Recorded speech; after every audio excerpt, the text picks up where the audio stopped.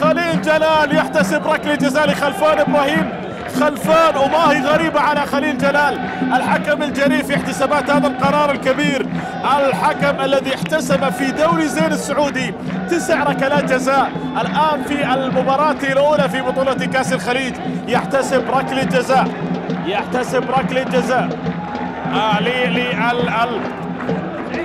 المنتخب القطري. ركله جزاء خليل جلال بعد 9 ركلات جزاء احتسبها في بطولة دوري زين. الآن في أول مبارياته الحكم خليل جلال الدولي السعودي المونديالي يحتسب ركلة جزاء لصالح المنتخب القطري. الآن خلفان إبراهيم خلفان تألق بالسرعة بالمهارة في التوغل في منطقة الجزاء، وكانت الركلة والآن التسديدة خلفان، جول جول عنابي أول، جول عنابي أول. خلفان إبراهيم خلفان متألق العنابي، لاعب السد، بطل آسيا، أفضل لاعب في 2006، يفتتح شريط الأهداف القطري، وأول هدف في بطولاتي أو في بطولة كأس الخليج.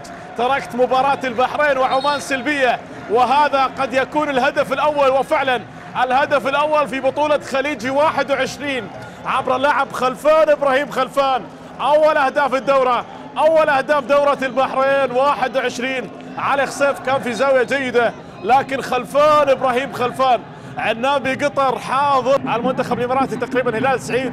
الآن خليل جلال ممكن يكون فأل حسن، ممكن يكون فأل سيء، يعني لأن في النهاية فازوا، وأيضا فأل سيء لأن خسروا في المباراة الأولى. لكن عمر عبد الرحمن عموري ممكن الآن يعود ليشعل المباراة بهدف ثاني.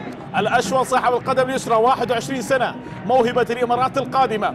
الآن عموري يلعب الكرة، اللاعب الشاب، كرة ثابتة الآن ممكن التعديل. الأبيض الإماراتي الآن عموري، الله، جول! رد الأبيض الإماراتي، رد الأبيض الإماراتي بيكاسو الإمارات الصغير يسجل الهدف الأول للمنتخب الإماراتي، ومباراة مشتعلة ومتوقع لها ذلك.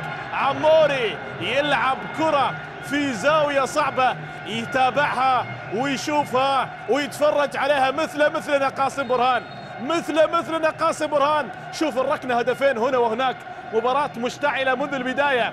المنتخب الأبيض الإماراتي يرد على ركلة جزاء خلفان إبراهيم خلفان، ونجمي المنتخبين اللي يتوقع لهم الكثيرون أداء